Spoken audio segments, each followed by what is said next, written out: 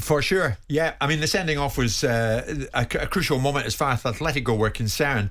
But Simon, they breezed past the Spanish outfit into the last 16. Manchester City 1 point away now from group stage qualification, and they did a job in Bruges, as I thought they might do. Absolutely. That would be my question to you this morning. Post-pandemic, is this set to be the most imperious period for English football in Europe? Well, I don't see how much you can get more imperious than having all 4 English teams in the 2 finals. That we had a couple of years ago. That was as imperious as it gets. True. I mean, Liverpool didn't just breeze past Atletico; they've breezed past the whole group. Yeah. They've got maximum points, and they've done their job. And from the point of view of all the furore that went around Atletico Madrid and the fact that Simeone wouldn't shake his hand and this, that, and the other, I think we at this moment in time clearly, and have been for some time, and even more so because the main competitors were always La Liga.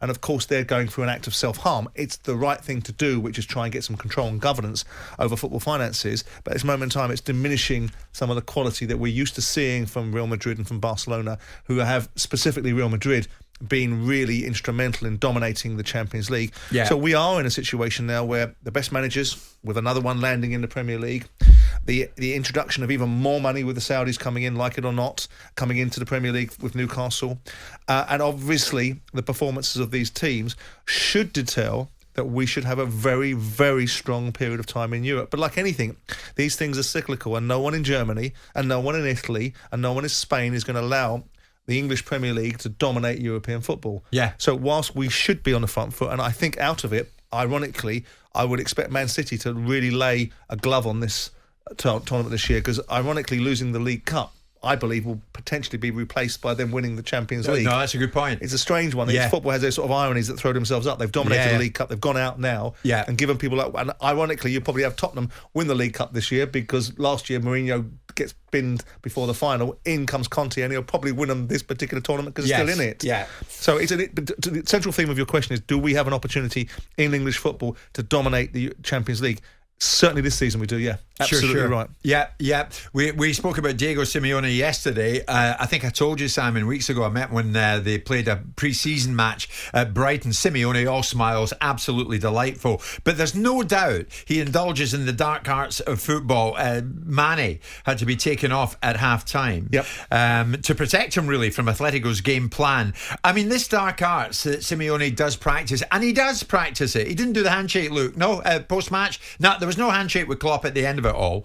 I mean, would his conduct, his style, put off any Premier League suitors, do you think? If that's his only trick, then anybody that's a one-trick pony will put off people that are looking at a balanced foot. It depends who you're talking about is employing him. If you're talking about, with due respect, Burnley employing him, then perhaps that their game plan is about physicality. It's not the only thing they have, and they were brilliant on Saturday. I know that. Yeah. But if you're looking at teams that have a style of play like Manchester City and a reputation that goes with it, then possibly it might do. But of course football has to be about physicality. Yes. It's been diminished. Yeah. And going to war, if you talk about the Football League, there is the old bite, be and whatever, I can't use the terminology, but there's a terminology in football which is basically about getting amongst them, and being physical about it. And in the Football League it exists. In the Premier League it seems that we want to homogenise things and sanitise things to such a level that there's no contact. So I don't know if it's dark arts or it's part of the game. There should be an element of what is defending. Defending is about stopping somebody from doing something, and in order to do that you have to have an element of physicality.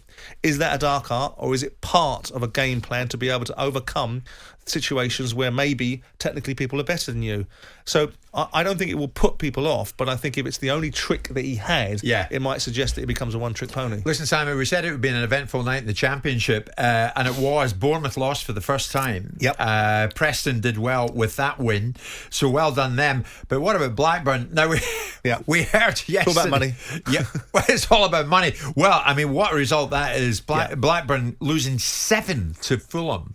I mean, here's one for you.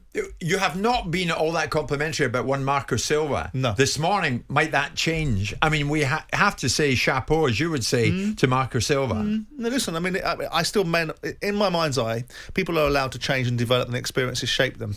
For me, he was a BBD. He was a bigger, better deal merchant. Whatever came along that was bigger and a better deal for him, even if he hadn't earned that right. And people can say, well, look, in this world, if an opportunity comes along, why shouldn't people be able to advance their career? That's fine if you've earned that if you've earned that situation. When he went to Watford, I felt his behaviour was appalling.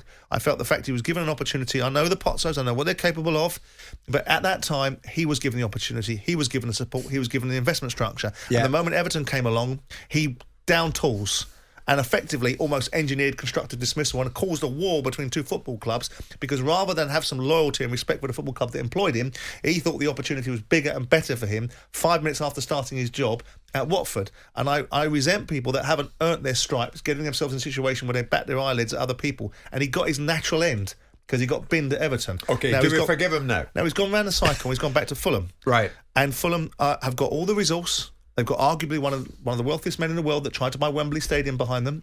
They go up into the Premier League. They spend a lot of money. Yeah. So I would expect Fulham to have done well. Yeah. And of course, you have to give credit where credit is due.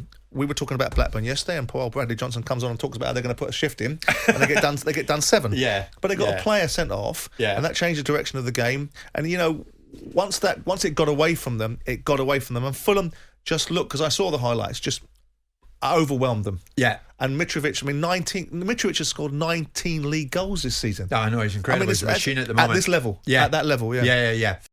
Jim White and Simon Jordan.